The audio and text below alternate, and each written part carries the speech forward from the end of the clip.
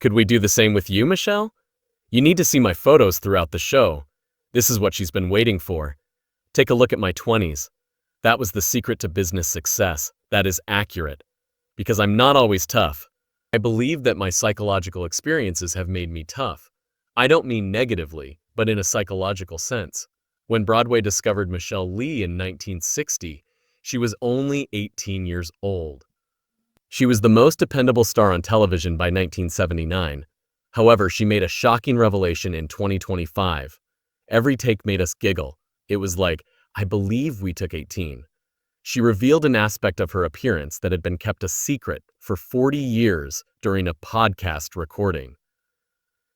Donna Mills and Joan Van Ark, her co-stars, fell silent, and the internet went crazy when new images of Lee aged 83 appeared.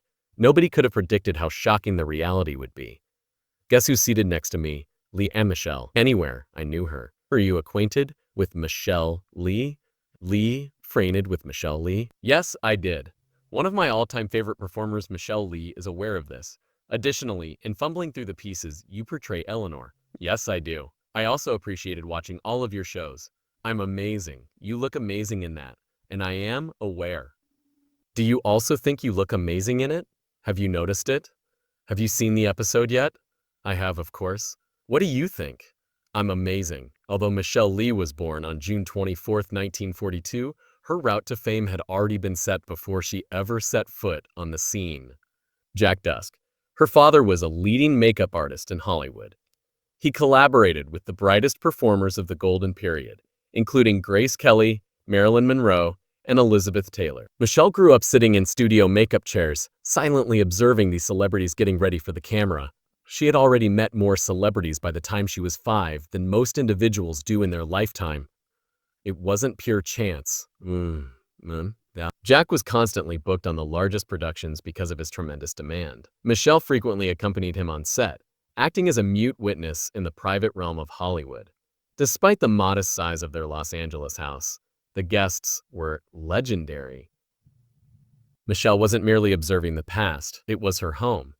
But there was a lot of pressure behind what appeared to be a dazzling appearance. Michelle's early years were never typical. From the start, she was being molded for the limelight. She was already supporting her family through difficult times and performing in local concerts at the age of 7. Not only were her parents proud, her talent was viewed as an investment by them. Dance sessions start at Fordsire, followed by singing lessons at 6 and acting workshops at 8. She had a full day of education until the afternoon, followed by late-night rehearsals and performances. Performances and auditions were placed even on the weekends. Michele was unaware that this wasn't typical. She believed that all children followed a similar regimen. She was performing on stage, however, while people her age were attending birthday celebrations. She was making more money than some grown adults by the age of 12. Not only was she talented, but she was also being prepared for success. In high school, things just became more intense. From 1958 to 1960, Michele attended Alexander Hamilton High. During those years, that school was unique. It gave birth to future stars like Michelle Phillips, Joel Siegel, and Al Michaels. Michele stood out, though, even among that talented group. She requested to try out for the school band's lead singer position when she was 16. Despite having no official training in their technique, she was hired right away because of how strong her audition was. The band soon began doing professional shows in and around Los Angeles. Michele was living a double life, singing 3 evenings a week and keeping her GPA at 3.8. Each performance brought in roughly $200 for her. In today's currency, that would be about $2,000, all before her 17th birthday. Then her big break arrived. She was found by Broadway star David Merrick in 1960 at the age of 18. However, it wasn't as abrupt as it appeared. For months, Merrick had been surreptitiously observing her. Insiders had told him about her, and he had started going to her shows without her knowledge. Merrick had already chosen to cast her when she went to try out for Vintage 60. He was unfazed by the fact that she had 3 months of high school left. In addition to a portion of ticket sales, he offered her $500 every week, which is equivalent to $5,000, today. $1,000 today. Michele practiced in New York, accepted and completed high school via correspondence. For someone in her teens, it was the contract of her dreams. Although her graduation year never truly transpired, her Broadway career had officially begun. Then, in 1970, everything was different. While working on the Love Story set, her father, Jack Dusk, passed away at the age of 54 from a heart attack. Even though he had been experiencing chest issues for months, he was unwilling to quit his job. He desired that movie to be his greatest accomplishment. Michele was performing on Broadway in Seesaw when she received the news. Her age was 27. The public was unaware, however, that Jack had been concealing his financial difficulties. He had been supporting family members during difficult times before leaving. "I owe more than $75,000. In today's currency, that is around $500,000. Michele didn't flee. She didn't conceal anything. She put in a lot of effort at work. She took on as many jobs as she could, frequently working on several projects at once. Her determination turned into a means of both honoring him and surviving. Her entire career would be influenced by that time. She continued to gain momentum. Michele was cast as Rosemary in How to Succeed in Business Without Really Trying, almost a year after her father's passing. Despite being just 19, she was able to compete with Broadway veterans. The acting and singing abilities were both on display in the role. She was so brilliant that she was requested to reprise the part when the play was made into a movie in 1967. She demonstrated her uniqueness with the remarkable stage-to-screen shift. The greatest talents of the day were now associated with her name. Columbia Records knocked around this period. They didn't hold off. They hurried to sign her after witnessing her perform live. This label was not insignificant. They included Johnny Cash, Barbra Streisand, and Bob Dylan. However, they gave Michele space. In the 1960s, she helped with Broadway cast recordings and made 2 albums. Michele managed to balance her stage and studio careers at a time when few artists could do so, and she made it look effortless. Then came television. She started appearing on the Danny Kaye Show regularly at the age of 22. At the time, this was one of the most popular variety shows. Michele was more than a visitor. She performed as a featured artist. She performed live on-air comedy sketches, danced, and sang. She was exposed to millions of American homes as a result. In addition to increasing her notoriety, these appearances taught her how to quickly switch between genres. She was an expert at audience engagement, timing, and live performances. She would employ these tools for the remainder of her career. She nearly missed one of her most unexpected roles. A teenage Barbra Streisand was another rising star that Bravo Giovanni, the musical, had been considering for the lead role. The director rejected Streisand's audition, stating that she was too unattractive for the role. Michele's path was opened by that cruel dismissal. Millions of people recognize Michele Lee as Karen on Landing. Because of that, we have a good understanding of her. However, what we're discovering about her is that her passion is actually her greatest gift. Despite being barely 19, she was cast opposite famous opera singer Caesar CPI. They had a good chemistry. Michele's next big accomplishment was aided by that one casting choice, and the program was a huge success. Michele's theater career reached its zenith in 1974 when she returned to Broadway in Seesaw. She received 2 major prizes and a Tony nomination for her performance as Gitla Mosca. Very little money was available for the production's promotion. No TV commercials, no large advertisements. As a publicity ploy, the producers even once brought the mayor of New York on stage, but it made no difference. Michele gave a great performance. She was adored by critics. The theater was crowded with people. Michele's name has never been more revered, but the concert itself failed to make up its expenses. The charm diminished when she left and her understudy took over. Her career as a theater actress was crowned by that role. Although Michele Lee's 1967 transition from Broadway to Hollywood seemed idyllic, it was actually fraught with rejection, risk, and strain. She had already played the part on stage and was cast in the movie adaptation of How to Succeed in Business Without Really Trying at the age of 25. Despite being the original Rosemary Pillington on Broadway, she had to try out for the movie 3 times. Lee disproved the producers' doubts that a stage actress could handle the switch to cinema. The movie made almost $15 million globally on a low $4 million budget. She was one of the youngest actors of her era to successfully transfer a Broadway role to the big screen, and she held her own against Ruddy Valet and Robert Morris. Dick Van Dyke directly requested that she co-star in the comic with him, after seeing her performance just 2 years later. Still a newbie to Hollywood, Lee concurred. Despite portraying the female lead, she only made $75,000, whilst Van Dyke received $500,000. In stark contrast to Van Dyke's typical charm, the movie was somber and gloomy. Lee had to spend hours every day using makeup to age from 20 to 60 on TV while portraying his wife. She even executed some of her own stunts, such as a risky stairfall. Her range was commended by critics, who referred to her as a surprise talent, despite having a $3 $8 million budget. The movie only made $2.03 million. It was a financial failure. However, Lee left with a new label called Dramatic Actress.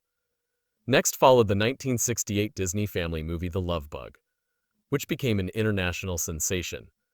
At first, Lee was reluctant to join. Although playing a secretary didn't seem like a meaningful move in her career, the movie became Disney's largest live-action blockbuster at the time and generated $51.02 million in the US alone. A minor technicality that ultimately earned her nearly $250,000 was that her contract only called for 0.5% of the income. Those small residuals allowed her to walk away with 5 times her initial income of $50,000. Nevertheless, she was only required to promote the sequels and never the original movies. She had never driven a manual car before, so she had to learn how to do it in order to perform the role. In the film, the Beetle was actually 6 separate cars, dressed as Herbie, but she still experienced heartbreak despite her accomplishments. Lee's mother, Sylvia, who served as her manager, advisor, and closest confidant, passed away from a heart attack in March 1974 at the age of 58. Michele had been broken. Her mother had been involved in all of her professional decisions. Lee felt paralyzed without her.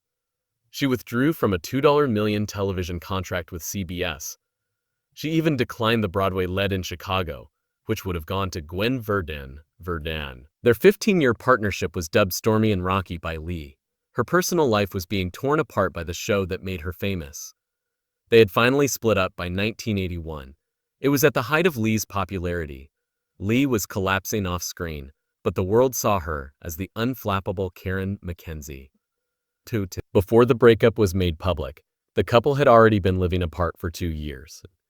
Additionally, Lee brought that performance to life by using her own emotions when her character on the show lost her husband, Lou. She then acknowledged that it took her 3 months following the split to remove her wedding band. She wasn't prepared to face life on her own. She had to continue working, though. Despite trying to shield her 12-year-old son from the stress at home, she still had to report to work every day. On April 19, 1983, their divorce was officially formalized. Since their first meeting, they have been together for 17 years. It was a civil and calm divorce by Hollywood standards. Lee didn't take too long. When they encouraged her to act aggressively, she even fired her attorney. She was correct when she indicated that Fantino wouldn't attempt to harm her emotionally or financially. Nevertheless, the court had to decide who would look for David, their possessions, and support payments. David was 13. This custody dispute in Hollywood remained civil, in contrast to many others. Fantino had frequent visitation rights, but Lee was granted primary custody. They both adjusted their schedules to accommodate David's requirements. Later, Lee claimed that having a child completely altered the way she approached her work. If she couldn't bring her son with her, she wouldn't accept jobs. In a rare turn of events, co-parenting did work. All three made an appearance together in a 1992 television film years later.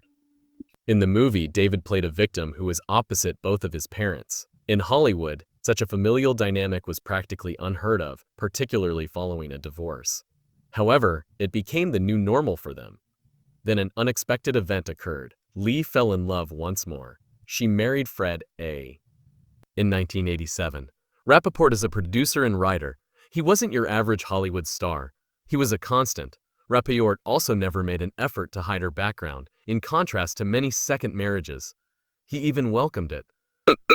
Lee claimed to have accepted her friendship with Fantino in its entirety. Together with her ex-husband and his second wife, they created an extended family that shared meals and even holidays. Such transparency provided Lee with the necessary sense of confidence to live in the. She and Rapaport were married for 37 years. By 2025, he became David's stepfather and helped her through every stage of life. In 1996, Lee made a groundbreaking movie. Color Me Perfect was not your typical television drama. It was a daring tale of a lady with an intellectual disability who, after receiving experimental therapy, becomes a genius. Lee was more than just a star. It was directed, produced, and written by her. That had never been done by a woman on cable TV. To concentrate on this one endeavor, she even declined her job's income. Her portrayal of the metamorphosis was commended by critics. It was emotional, thought-provoking, and seemed natural. Some questioned why, rather than recognizing those with impairments, society attempts to fix them. That discussion was spurred by the movie. It received an IMDb rating of 5.7 to 10, but more significantly, it won the award for Best Cable Film of the Year. Lee didn't do anything for financial gain. The story was important, so she did it. She co-founded the Entertainment Industries Council in the early 1980s because of the same sense of purpose. The objective is to produce a generation free of drugs. This wasn't merely a catchphrase. Lee testified before the U.S. Congress. She talked as a mother and as a public figure. She criticized the glamorization of drug usage by her own industry. To alter the way addiction was portrayed on TV, the ICC collaborated closely with producers and writers.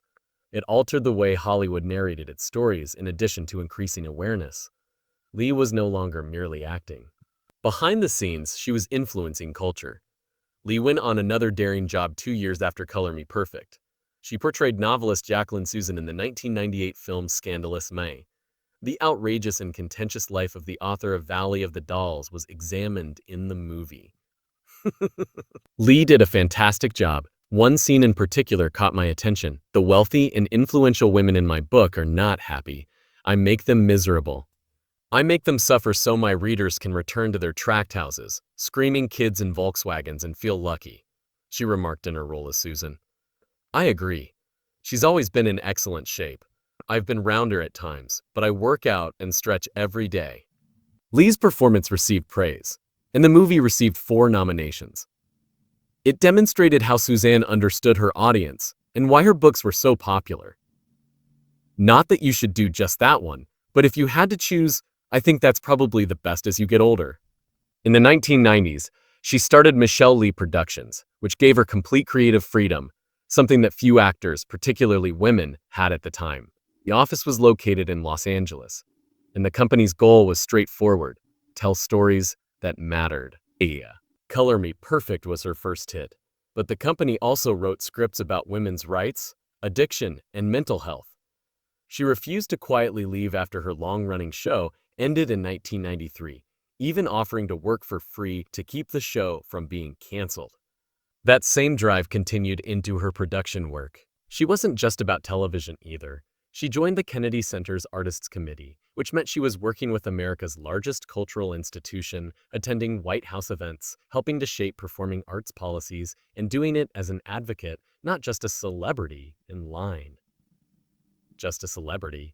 With everything else she believed in: fostering young talent, advocating for social change, and conserving the arts for future generations.